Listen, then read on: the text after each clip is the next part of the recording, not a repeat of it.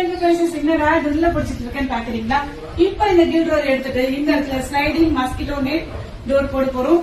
கீழே பாத்தீங்கன்னா fixing door கொடுக்க போறோம். கிளாஸ் பிக்சிங் டோர் எதுக்காகனா மழை காத்து வரும்போது தண்ணி உள்ள வரதுனால வாஷிங் மிஷின் இங்க இருக்க திங்ஸ் எல்லாமே பாத்தீங்கன்னா உங்களுக்கு டேமேஜ் ஆகுது. அதனால இந்த இடத்துல sliding door with mosquito net இந்த இடத்துல பிக்சிங் கிளாஸ் டோர் போட போறோம்.